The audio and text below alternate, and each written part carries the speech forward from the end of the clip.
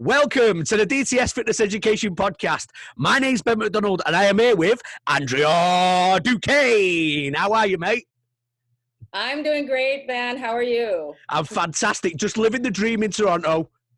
Yes, and I'm living the dream in Minneapolis, and we're both in the Northern Hemisphere in winter, so we're awesome. I think we need to make our way down towards the equator, you know what I mean? Last weekend, it wasn't so bad, but just for a quick weekend. Excellent, mate. Excellent. Well, it's a pleasure having you on the show, Andrea, and we are going to get right into the nitty-gritty if you're ready to go. I am sure ready to go. Excellent. All right. So, this is like the questions that I've laid out. This is funny because it's like unconventional training. You know, when I first started with a lot of like mace training, Bulgarian bags, like all these different things, it was like, ooh, nobody had seen it before, and it was like unconventional. And now it's like it's like mainstream. Kettlebells are everywhere. You know what I mean? It's full on. Exactly. It's so funny because we literally launched the whole kettlebell movement in Minneapolis pretty single-handedly. And the cowbell you're talking about, kettleballs, what is it you're doing? And our purpose really was in a way to take over the world. And, it is spread, and there's many, many different providers, type of training, but it's everywhere, and people that you never would expect know what it is. And I feel that we have accomplished something with that, because having this become mainstream is like the best thing in the world. I mean, it's best for everybody's health and fitness and athleticism. So I feel like we accomplished something. I think it's fantastic, mate. And I think it's a double-edged sword though, Andrea. I'm going to be honest with you. Okay. Because like, if your technique is good, right. But you know what I mean? It's like, it's massively beneficial if you've qualified to perform the exercises. But then if you've not qualified to perform the exercises, if you don't have the prerequisite capacity in order to perform some of the movements like a swing or a clean or a snatch, whatever it may be, then potentially, as there is with any sort of health and fitness related stuff, I think, like a barbell, dumbbell, whatever, if you don't have the prerequisite movement capacity, then you can look at not performing optimally or potentially picking up an injury, you know? Oh, that's absolutely true, of course. And that is how I like to think of it, is anything that's worth anything in its weight of gold, if you will, it's going to require some kind of education, some kind of actual training. So if you have something that is really got a good value, I think that on the other hand, that it could be also something that could create problems. So you have to go down the road of education and focusing on the technique of something. And that for me comes from like a background of more martial arts or classical ballet, where everything is working to strive to perfect movement. And with the kettlebell, that's definitely it. So it has been something a little bit harder perhaps to mainstream in the sense of just really throwing it out there, unless you dumb it down so much that you've lost the value of it. And of course we do see that, but the fact that people are at least aware of it is still a step forward. Now 100%. Is to go out there and to educate them what makes this tool unique. And it's not that you take a little tiny 5-pound and you just do some straight arm, shoulder raises. No, it's the fact that you have to go heavy enough to produce a certain movement through the body, certain functioning, certain muscle firing, and following a certain kind of technique that's just unique. People don't want to be mindful. They want to be mindless in their training. And I like the mindful training personally, but to each his own. So you're right, double-edged sword. We're on the same page, my mate. Yeah. We're on the same page. Yeah.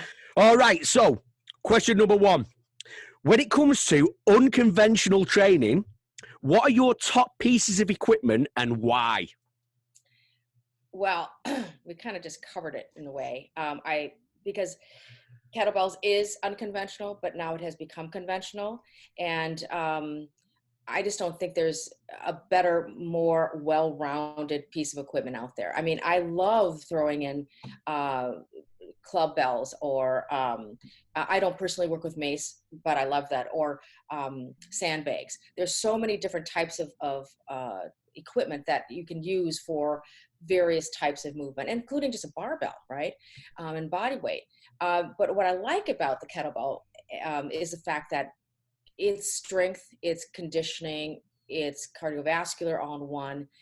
It's also programmable in the sense that you can really adjust the technique for every population there is. So that's why I think it's really the top piece of unconventional mainstream equipment, because it's for everybody if it's done correctly. And there's nothing that comes close to replicating all the different advantages that the kettlebell has to offer. But everything else, great. I think that it works really well with a lot of different types of modalities. Excellent. No, I like it, mate. And I'm definitely a big exponent of kettlebell as well. I love mace training. I love club training. I love bag training. I love rope training. I think for me, I get a little bored. Do you know what I mean? Okay. I've got like like squirrels running around in my brain. Do you know what I mean? So I just need different things all the time. I think that's what it is. Well, I think there's, that's a whole nother discussion, actually. Right? And there have been some studies. A little bit of variety is really good for the body for producing results, right? But you can do that in many ways. You can use the same tool, but the kettlebell is great, right? But having that, using something different that your body has to constantly adapt to, and that means mindfully adapt and physically adapt to. And I think that's a lot of people, or no, actually, I think more people like deep. That's all they want to use, one thing and one thing only. But I think that one-dimensional. Think of the runners out there, those addicted to running. That's all they do. I don't think that they're the healthiest people in the world, on the planet. I don't think they're the fittest people. Actually, they're fit in one way, but they're not well-rounded in their body from over years. Variety is good, and the types of tools you're talking about are the kind that are going to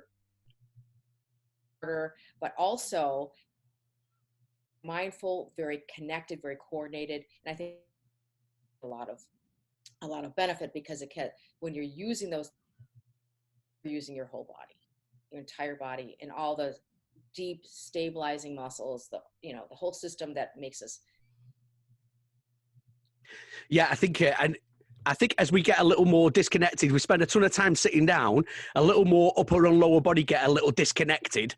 Anything that can integrate like both different movement patterns, unilateral stuff, like I think is a cool choice to make, Mm-hmm. Oh, absolutely. And that's, I mean, moving the body in all different upper body, lower body, bilateral, unilateral movements, all those types of things will make us healthier and better athletes too. So yeah, absolutely. So I think that but I still think kettlebells are great. I mean, sandbags, you could say a lot of same things with, but you can't get the same kind of movement with a swing. Yeah, you get a lot of good rotational movements. So that's great. Throw them in, right?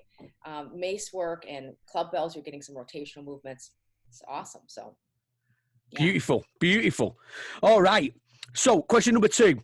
What are your absolute bread and butter movements with a kettlebell? Well, kind of goes without saying that I think the swing, just because you can't you can't put that barbell between your legs and explode it up, right? Yes, it can go right up the front of the body, but nothing allows you to bring something behind your posterior chain, right behind you, and then explode up in a ballistic manner. I think people are not lifting. Not many people are used to using load ballistically in that same way, and the kettlebell offers that. And in the swing, the clean, and the snatch. So without a doubt, that is just bread and butter. Everybody should be doing some version of the swing. And again, I love how it can be, which is pretty safe. You have single arm alternating, got snatches and clean. So it really takes you from very, very basic level of your a deconditioned client to a grandparent, to an elite athlete. And that's amazing. Probably my second go-to exercise actually, and this goes again for, I think, a broad base of populations of clients, would be different types of carries.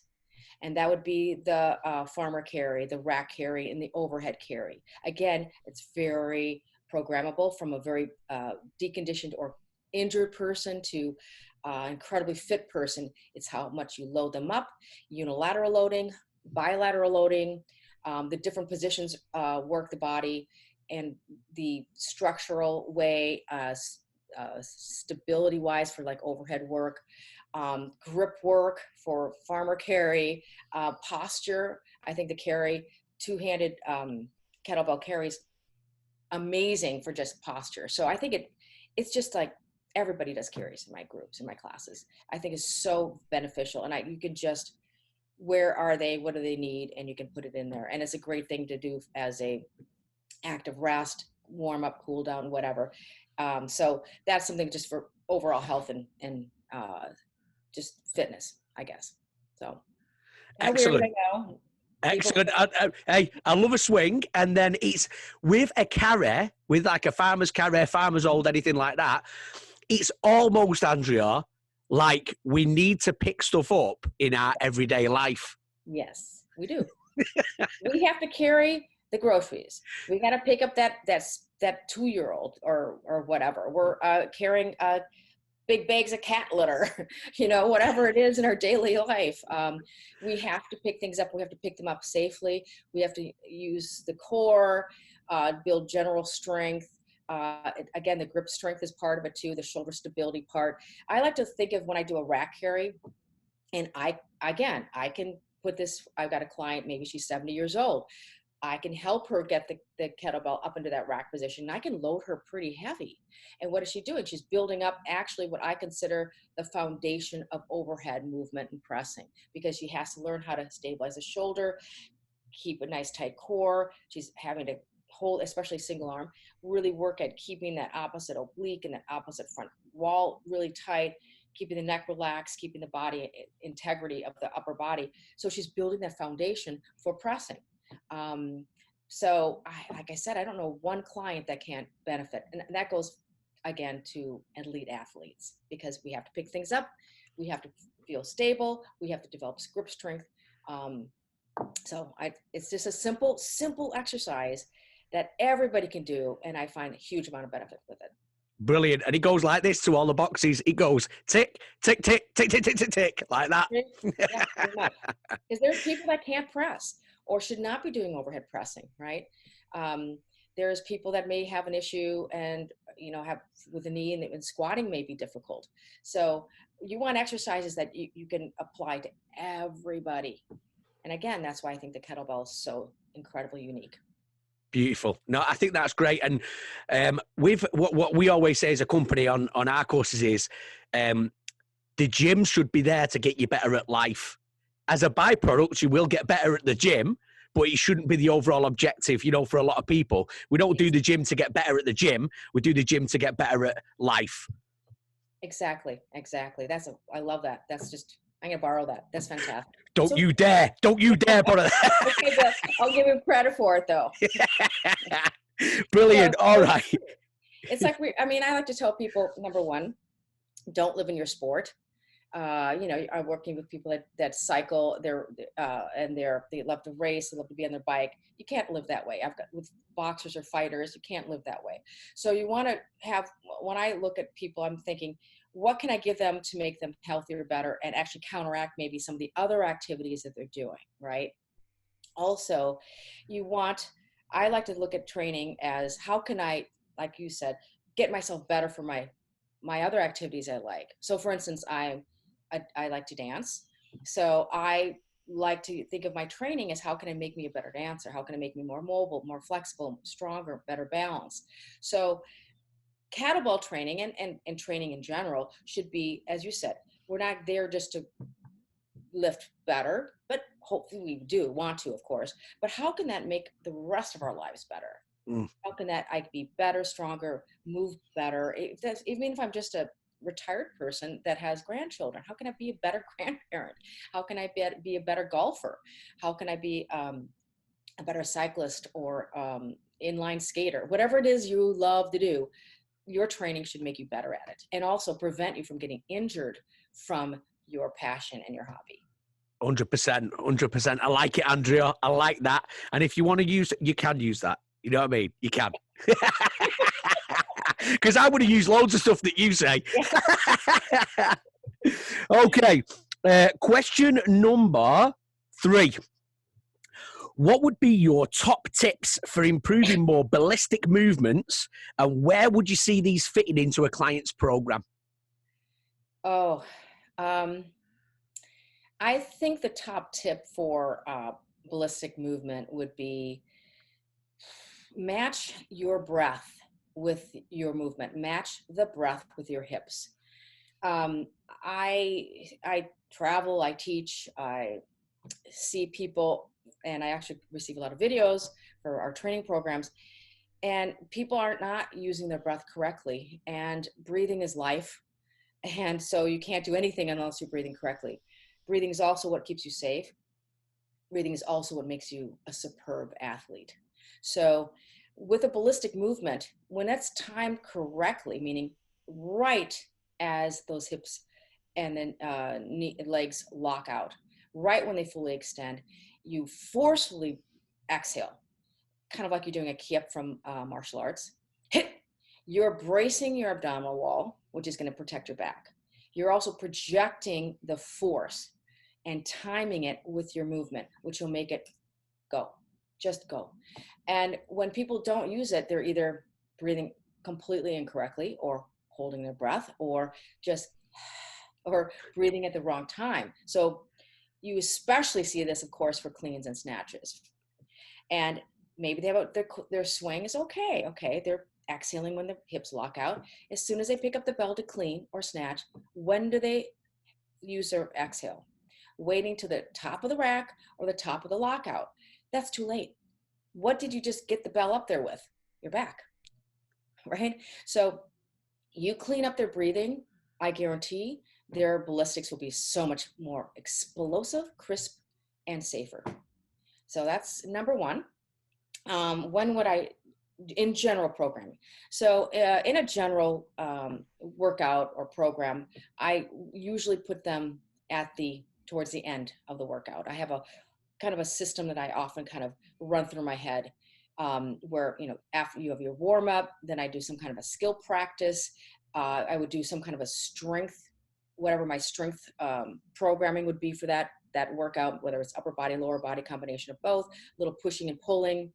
That could be incorporated into a skill practice, followed by the conditioning portion, which would be the swings, the cleans, whatever that is, followed by stretch out and some kind of a cool down and mobility work. So that's kind of generally how I kind of structure things, because if I'm wanting to build strength, I want to make sure I have enough in the tank for that.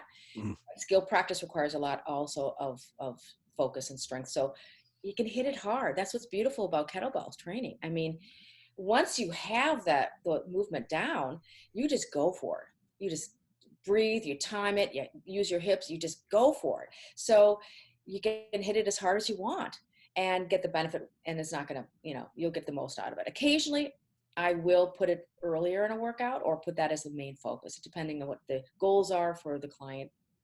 So it depends. But in general, I do it after my strength and my skill practice. Beautiful, beautiful. And you know what? I'm loving what you're saying. I'm loving what you're saying, Andrea, because it's like we cover a significant component of the first assessment we cover on our mother course, which is the DTS level 1. The first assessment that we do is breathing. And it's the first clinic that we do. So we go into retraining diaphragmatic breathing to increase intra-abdominal pressure, stabilize, all that sort of stuff. Yeah, and I think what we tend to do is, and you'll know this coming from, like my background is combat sport, your background is dancing and combat sport and all that, and obviously kettlebell, but we need to have the ability to sort of relax, boom, contract, and then relax. Do you know what I mean? And I think people have, if you like tense all the time, you lack the movement and the suppleness and the like the fascia gliding over each other and all that sort of stuff. But when we step out of a car and you stand on some ice or something like that, like we always do in Toronto, and you might slip and you need to catch yourself, and then you can relax and carry on doing what you were doing. Do you see what I mean? Yeah. And I think like just having that time in the breathing to ramp up intra-abdominal pressure, drive up neural drive, and then that has so much carryover into that timing for everyday living as well. I think it's phenomenal that you said that. Yeah, it is absolutely.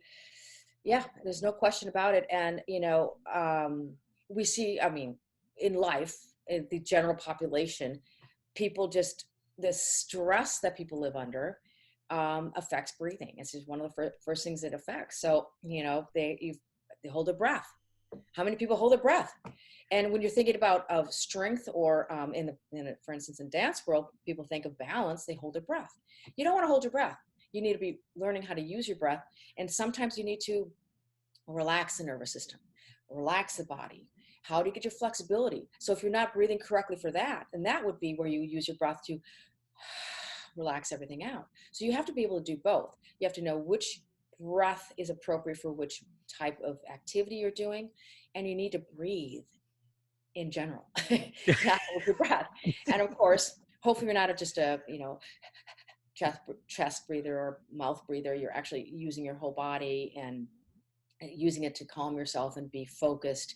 And then when you need to have that power, when you're doing it for or bracing, or you're walking, you're going to go pick up those, that heavy cat litter, you got to brace, right? And if you don't know how to do that, you get hurt. People up here, they're breathing up here, their neck and the levators are so tight. There's no way they'll have any kind of shoulder mobility. So sleeping, it helps sleeping. It's life. Breath is life. So, I mean, and it's life and it's athletics and it's health. So it's all wrapped up in it. So literally that would number one for my ballistics. Love it. Love it. Okay. Question number, flipping it. We're getting into it now and I just I'm losing where I am. Okay. Question number 4. What are your top tips for improving more grind movements, and where would you see those fitting into a client's program? Okay. I'm going to sound redundant, but I'm going to say breath again. Yep. Okay. So I've got a couple things there. I got maybe about maybe 2 or 3 things, but again, breathing, because I think whenever you're going to do some kind of a strength movement, if you're not breathing correctly, it's going to make you weaker. You're not going to be braced. So again, you risk injury. Using the correct breathing will also help with stability.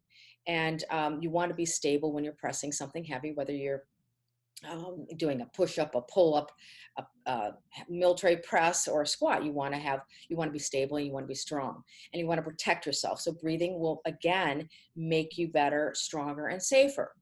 Number 2, and this is another key one that drives me absolutely crazy: slow the darn movement down. When people are grinding, they want to just pop it out. I said, what? They're doing the push-ups like this. They're doing the pull-ups, right? It's like, no. So we want to have the 2 sides as far apart as possible. I want my grinds to be slow and controlled, and I want my ballistics to be fast. But what's happened is that people they speed up their grinds and they slow down their ballistics. So when you're strong, I mean, I do a lot of super slow training actually, with lighter loads. Is a phenomenal way to train people, especially if they're coming back from some kind of injury or even for just a mental focus. But when you're doing your grinds, a grind is a grind. So you want to use your breath, you want to use your strength. That means not using momentum. So of course, you're not going to you don't have to do it super slow all the time, but you want to slow enough that you're actually getting the movement and the body to move correctly. So that's one of my things: too slow for the grinds or too fast for the grinds. And probably the third little element here is that I think that, again, it's my background, but there's a technique. And I know that a lot of guys will walk in the gym and they think they know how to press because they're a guy. I can press, I can do push-up because I'm a guy, right? Maybe not. Most likely not, because there is a technique to it. we're using our body. And if you're doing a press, you want to have the bone structure aligned properly so that you're actually activating the correct muscles and deactivating the muscles you don't want to be working to just get it up there in any way you can. So mindfully knowing the movement pattern and the groove of whatever particular exercise you're doing is going to, again, hopefully prevent any kind of injury, but also make you stronger, make all your lifts more successful. And I just see people don't have their hands in the right position for a pull-up, or their hands in the right position for a push-up. And this is body weight too. Or their feet are too wide or in the wrong position, or their feet are too turned out or whatever for a squat, and their knees are collapsing or bowing out, or they're pressing so that their elbows and their shoulders are kinked up before they start to press. I'm sorry, movement pattern, there's a technique to it, and you should be aware of it because it's going to make you a safer, healthier, more successful athlete, and get you to where you want to go without injury. And of course, that's the goal, right? Yeah. No. Right. So I guess I have 3 things for that. And then again, as I mentioned earlier, I would generally, if I'm going to be doing a strength-focused workout, or I have a specific strength goal, or the strength exercise is also a skill, meaning that it's something that me or the client would be working on, I would always put that a little earlier into the workout so that they have enough mental and physical energy in that tank to focus. So I'd usually would do it earlier. Beautiful. And I think, you know what, it's interesting, Andrea, that we talk a lot about this, as I mentioned earlier, we talk a lot about this with DTS level 1. People rely on an external load to create internal tension. Yes. So it's like people will be like, oh, do you know, I can't squat without X amount of weight on the bar, or I can't do this, that, and without X amount of load. Yeah.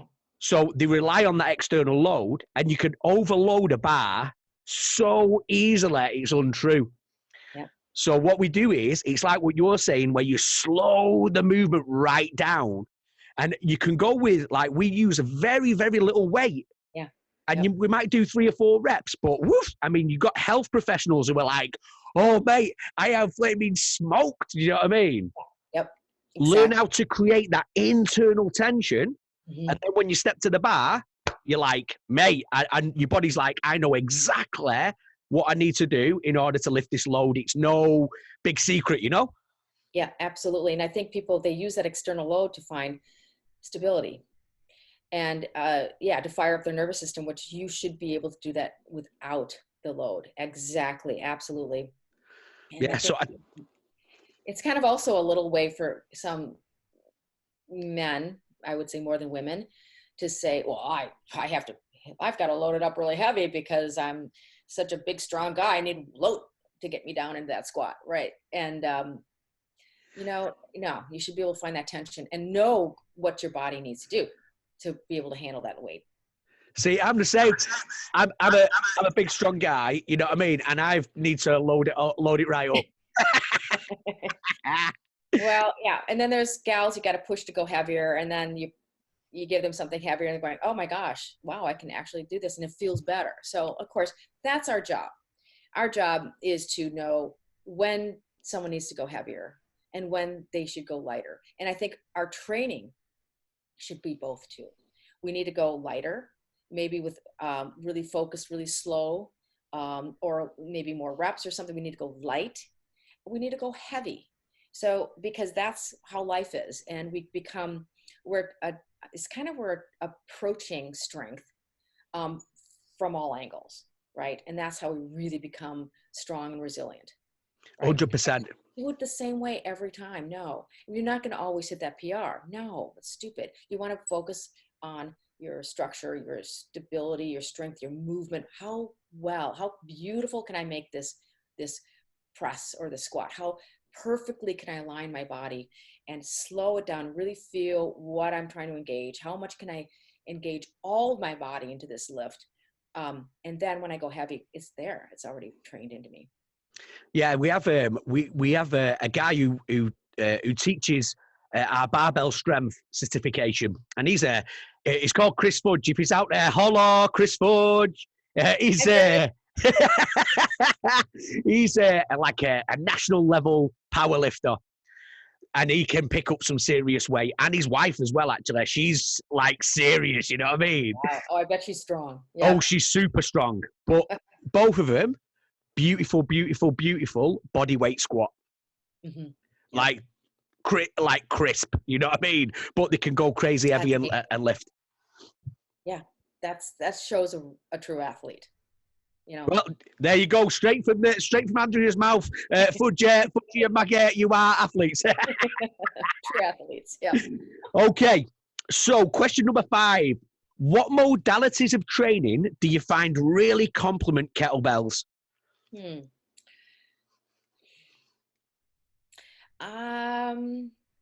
I think it's not what or which modalities complement kettlebells. I think it's that kettlebells complement every modality, every type of movement there is.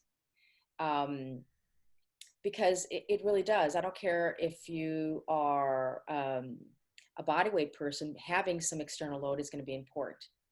If you just do barbells, you're missing a whole range of movement that you can get with kettlebells. If you're another type of athlete, a golfer or a competitive rower or a cyclist, the kettlebell is going to be a tool that you can use to make yourself stronger, safer, and better. Rope training is great, but you know, kettlebells is going to help you if that's what you want to do. So I really think of it more that kettlebells complements every other type of modality there is. They all work together. I think people that are just runners should be doing kettlebells. Yoga people should be just doing kettlebell. They should be adding that in. If you know, clubs, they work beautifully together. So I think, yeah, I kind of turn that around. Kettlebells complements every other type of athletic activity. I like it, mate. I cannot argue with that. Cannot argue with that, Andrea. Okay.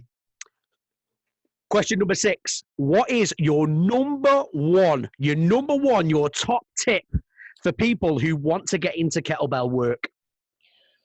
Oh, well, I think it's really, you have to understand just the most basic movement patterning.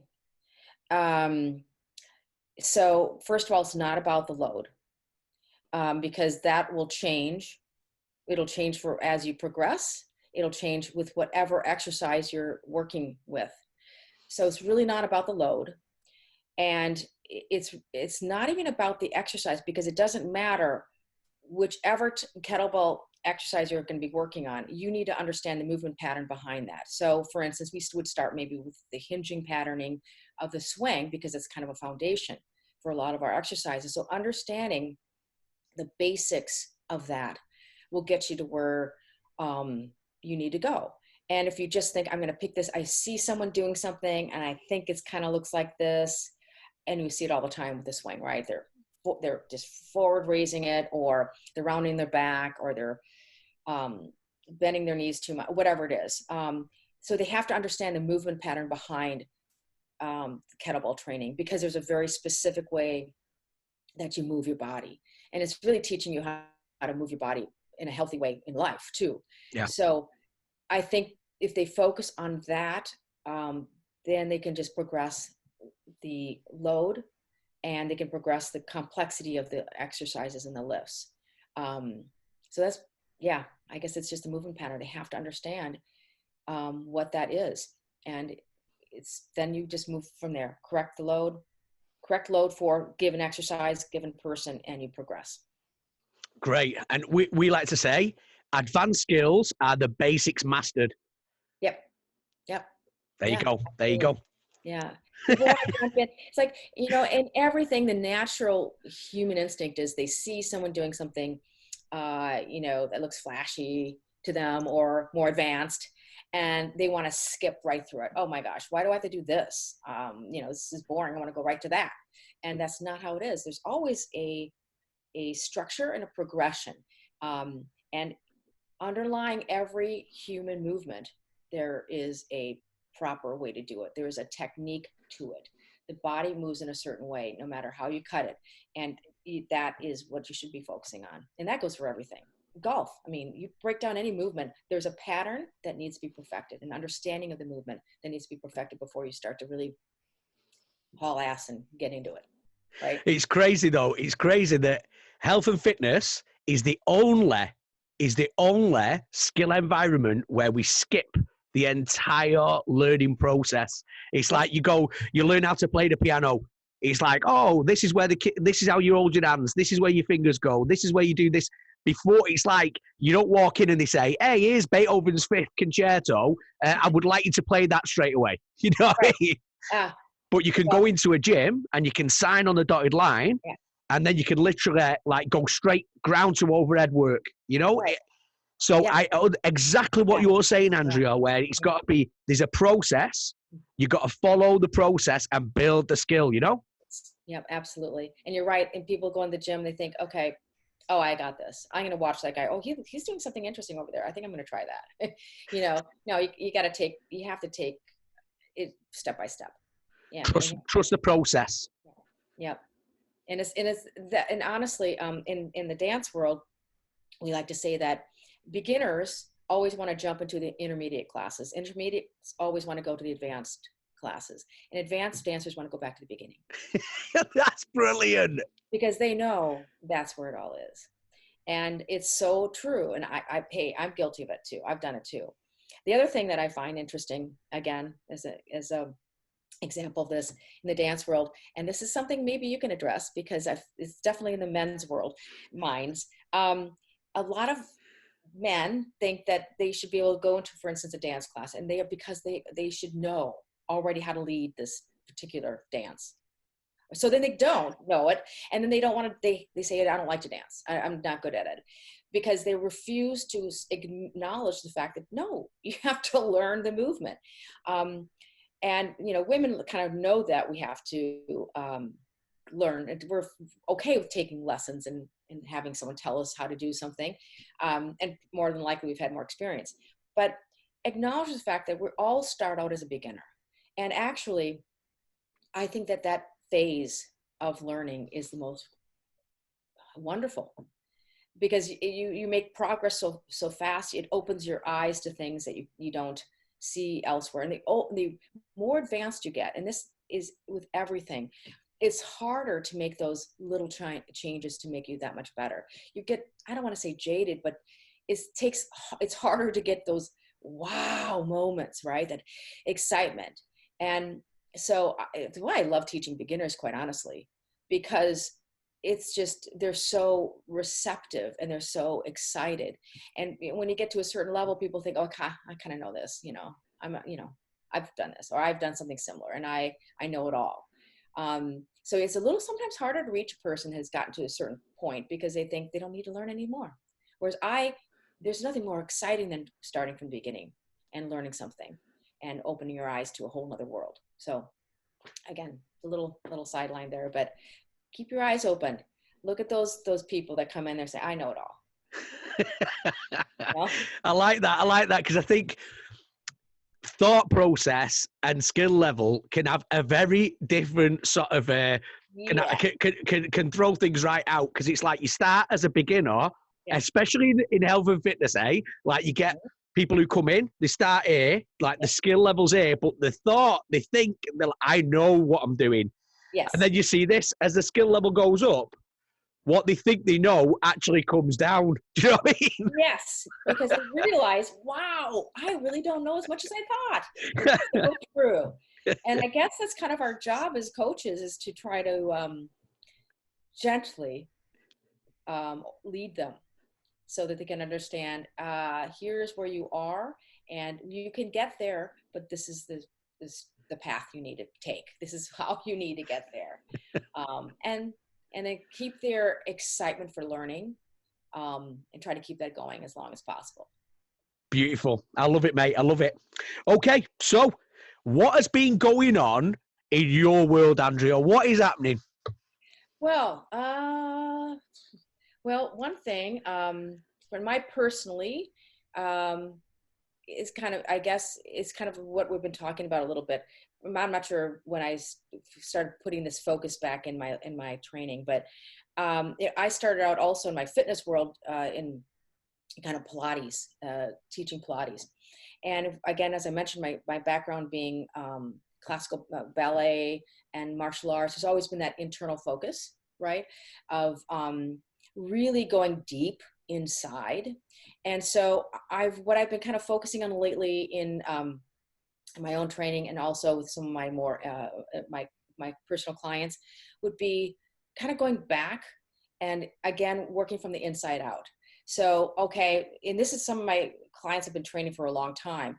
Let's go back and revisit some things internally, in a sense. Like, how deep can we go to have a deep understanding of every little tiny movement? And then we take that into the broader, global movements. So I've kind of been going back into some really, really subtle work lately on a personal kind of basis. And it's been kind of fun. Because again, yeah, I started that. I came from everything that was very internalized. And then you get into something, lifting weights, swinging, snatching. And it's like, wow, this is so awesome. How much can I do? How fast can I go? How, blah, blah. And now I'm just going back inside. And, I think, I have a lot of clients that come from many different backgrounds. Again, some are more competitive athletes. I've got a lot of that are in their 70s and they're fit, but how can we make them last longer? How can we have a really long lifespan of movement? So I think that's been kind of fun. It's revisiting things and even taking them to another level. And yeah, that's been kind of a fun thing. Nice, mate. Nice. And what's going on business-wise? Have you got anything going on there? Yeah. So in this past year, we just launched some online courses. They're like certificates, and it's called HardstyleFit. We have a level 1 and a level 2. And the idea behind that is there's a lot of people that, kind of work on their own. Maybe they're not at a big gym, or they don't have a lot of availability to work with different coaches. And maybe they're enthusiasts. Maybe they're people that want to get into training or get into kettlebell training, but they need a starting point. So it's an online course where they follow videos.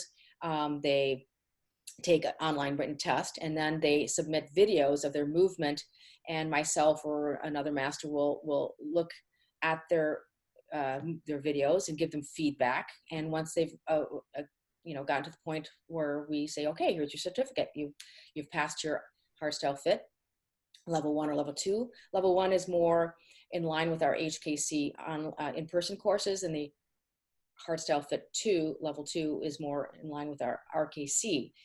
So, and then we feed that so they get a discount, and they can attend a very big discount. They can attend an in-person course. So the HKC and RKC then would be, that takes it to the level of coaching. Lot of instruction. How do you teach this? How do you coach? And they get to be coached themselves. So it's been really interesting to see people from all around the world sending in videos, and they're enthusiasts, and they're just drinking the Kool-Aid. Some of them come pretty prepared, some don't. Some have very little experience. Some are planning it as a stepping stone into taking an online course or an in-person RKC course. So that's been really, really exciting, and that just launched this past year. So yeah, that's been really, really exciting. And so people get a discount if they want to take so if they take the HardstyleFit, then they can get a discount to attend a live course. And yeah, that's been wonderful. Personally, I've been just working on what'll hopefully be an ebook on shoulder health, kind of a DIY. How do you, simple things they can do at home to prevent shoulder issues, which are all too common. Yeah. And it happens, I think it will happen to everybody at some point in their life, because it's a fragile joint, complex. And so some various stretching, mobility, strengthening exercises and things that they can do on their own at home. So that'll be when I finish up, so working on that. So there's always a lot of stuff in the pie, and some workshops, of course, coming up. So yeah, always a lot of stuff going on. Fantastic. So for anybody listening or watching, we'll have all the links to the courses, links to the, hopefully, links to the ebook, hopefully. And then we'll put them in the description so everybody has access to them, and you can have a little click on and see what's going on, see what's good. Brilliant.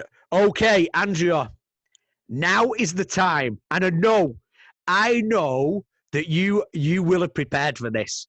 You will have prepared. This is the questions that matter time, right? This has all been building to this.